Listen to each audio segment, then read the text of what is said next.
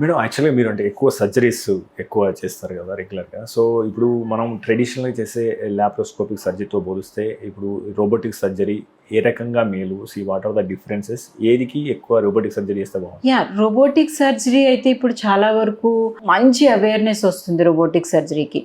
Robotic surgery అంటే ఏంటి, మనం పేషెంట్తో డైరెక్ట్, అంటే సర్జన్ పేషెంట్తో డైరెక్ట్గా అటాచ్డ్ ఉండరు.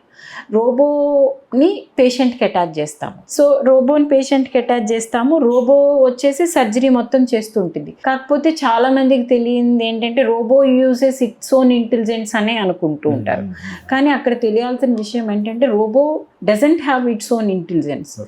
రోబో ఎట్లా వర్క్ చేయాలి, ఏ టిష్యూని పట్టుకోవాలి, ఇప్పుడు ఏది కట్ చేయాలి, ఇప్పుడు నెక్స్ట్ స్టెప్ ఏంటి అన్నది మనకి అక్కడ ఒక కొంచెం దూరంలో కన్సోల్ ఉంటుంది. ఆ కన్సోల్ అంటే పొట్ట లోపల స్ట్రక్చర్స్ ఎట్లా అయితే ఉంటాయో సేమ్ అదే మనకి కొంచెం దూరంలో మనకి విజన్ చూపిస్తూ ఉంటుంది.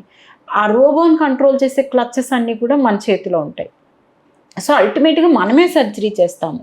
కాకపోతే we do it through robo. అంటే సంథింగ్ లైక్ వీడియో గేమ్లో మనం మన జాకీస్ని కానీ మన రిమోట్ కంట్రోల్స్తో కానీ అవతల వాళ్ళని కంట్రోల్ చేస్తూ ఉంటాము అంతే. ఇప్పుడు మన బయట ఉన్న రోబోస్ని చాలా వరకు చూస్తుంటాం, హ్యూమన్ రోబోస్ అట్లా.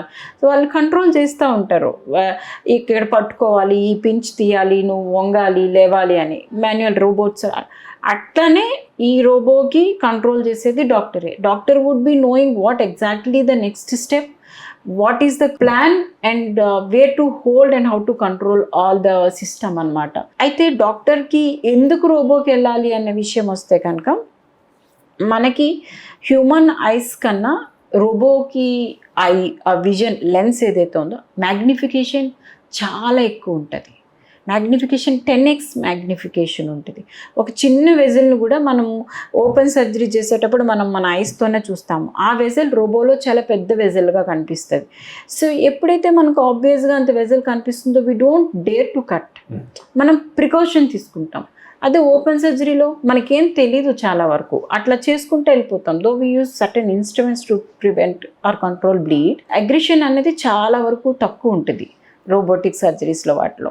And we use so many electrothermal machines in robo.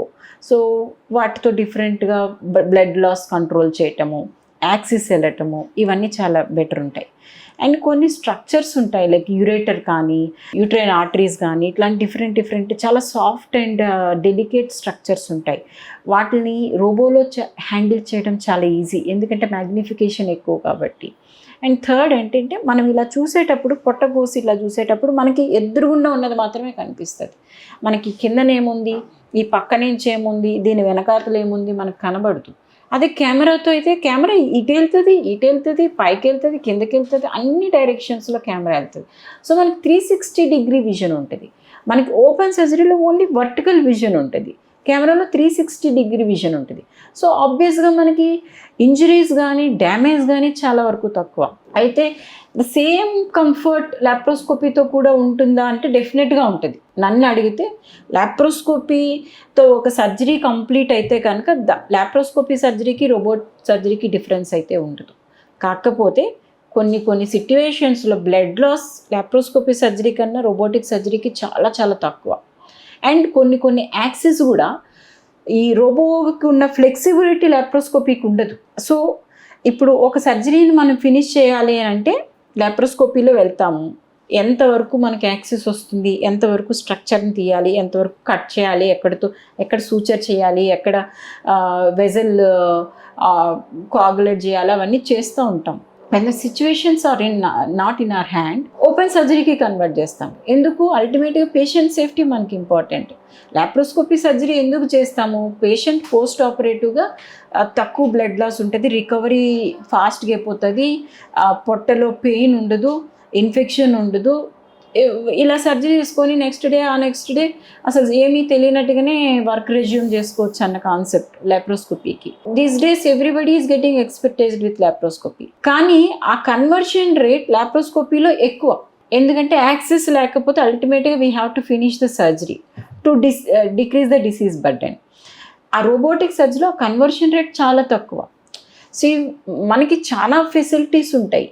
నేను ఈ ఈ ఈ చైర్గా పక్కనున్న చైర్గా లేకపోతే అన్ని చైర్సే, అన్ని కుషన్సే, ఆ చైర్కి పక్కన చైర్కి సెలెక్ట్ చేసేటప్పుడు చాలా ఆలోచిస్తాం. ఒక చిన్న చిన్న మైనర్ పాయింట్స్ కూడా ఆలోచిస్తాం.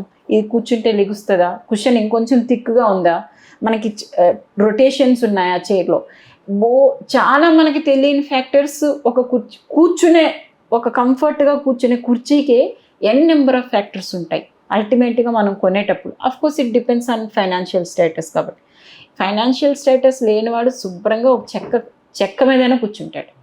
ఫైనాన్షియల్ స్టేటస్ ఉన్నవాడు, వాడికి కంఫర్ట్, ఒక చైర్ కాస్టే సమ్ ల్యాక్స్ ఉంటుంది. ఒక 500 రూపీస్ కాస్ట్ చైర్కి 1.5 lakh కాస్ట్ చైర్కి డిఫరెన్స్ ఏముంటుంది? కూర్చోవడమే అల్టిమేట్గా. It is all about comfort, it is all about luxury, it is all about safety, the same thing.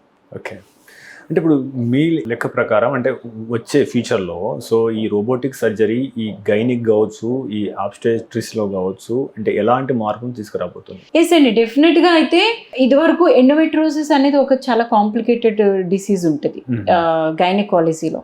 Endometriosis వచ్చిన వాళ్ళకి విపరీతమైన పెయిన్, ఇన్ఫర్టిలిటీ, వాళ్ళకి ఒక రకమైన నరకం చూస్తూ ఉంటారు. ఈ ప్రెగ్నెన్సీ రాక పీరియడ్స్ అప్పుడు విపరీతమైన పెయిన్ వాటితో. సో అలాంటి వాళ్ళకి లాప్రోస్కోపీ కూడా ఒక్కొక్కసారి అంత అగ్రెసివ్గా వర్క్ కాకదు. అట్లాంటి వాళ్ళకి రోబోటిక్ సర్జరీ చాలా వరకు హెల్ప్ అయింది. ఇంకొన్ని సర్జరీస్కి అయితే యూట్రస్ కిందకి జారిపోవటం అండ్ యూట్రస్ సూచర్ చేసిన తర్వాత యూట్రస్ రిమూవల్ సర్జరీ తర్వాత వాల్ట్ కిందకి జారిపోవడం, ఇలాంటి కొన్ని సర్జరీస్ ఉన్నాయి. సో వీటన్నింటిలో యాక్సెస్ లాప్రోస్కోపీకి కన్నా రోబోటిక్కి చాలా ఎక్కువ యాక్సెస్ అన్నది. సో అల్టిమేట్గా పేషెంట్ కంఫర్ట్ అండ్ పేషెంట్ బయటకి సక్సెస్ఫుల్గా వెళ్ళిపోవటం అండ్ సక్సెస్ రేట్ ఉండటం అనేది చాలా ఎక్కువ రోబోటిక్స్. నాకు తెలిసి ఇదివరకు కొన్ని సిస్టమ్ 1 or 2 రోబోట్సే ఉండేవి. ఇప్పుడు ఆ మొనోటోనీ లేదు, మల్టిపుల్ రోబోట్స్ వచ్చాయి companies. So even affordability to the middle segment hospitals కూడా ఉంది. ఇదివరకు చాలా కార్పొరేట్స్ హాస్పిటల్స్లోనే రోబోటిక్ సర్జరీ ఉండేది. ఇప్పుడు మిడిల్ సెగ్మెంట్ హాస్పిటల్స్ వాళ్ళు కూడా రోబో కాస్ట్ తగ్గింది కాబట్టి they are utilising this comfort కానీ ఫెసిలిటీస్ కానీ. సో అప్పుడు ఈ మిడిల్ సెగ్మెంట్ హాస్పిటల్కి వెళ్ళే పీపుల్ కూడా రోబోని అఫోర్డ్ చేసే స్టేజ్ వస్తుంది. నాకు తెలిసి ఒకప్పుడు రోబోటిక్ సర్జరీ గురించి పేషెంట్కి ఎడ్యుకేట్ చేయాల్సి వచ్చేది. దీనికి వెళ్ళండి, దీంతో మీకు యూజ్ ఉంటుంది, ఫైనాన్సెస్ ఇట్లా ఉంటాయి కానీ మీకు కొంచెం బెటర్ ఉంటుంది అని. మేబీ డౌన్ ద లైన్ పేషెంటే ఇప్పుడు లాప్రోస్కోపీ కావాలని పేషెంటే వాళ్ళంతటి వాళ్ళు వచ్చి అడుగుతున్నారు. మేబీ ఫ్యూ ఇయర్స్ లేటర్ వాళ్ళే వచ్చి నాకు రోబోటిక్ సర్జరీ కావాలని అడిగే సిచ్యువేషన్ అయితే డెఫినెట్గా రావచ్చు. ఆబ్స్ట్రిక్స్లో రోబోట్ పార్ట్ ఉండదు, డెలివరీస్లో రోబోట్ పార్ట్ ఉండదు. It is all in gynaecology. So డెఫినెట్గా రోబోట్ అయితే మంచి రోల్ ప్లే చేయొచ్చు డౌన్ ద లైన్. మీరు తీసుకునే అదే మందులు, అదే నాణ్యమైన మందులు, కానీ సగం ధరకే. అవును, మెడ్ ప్లస్ బ్రాండ్స్ పై 50 to 80% తగ్గింపు.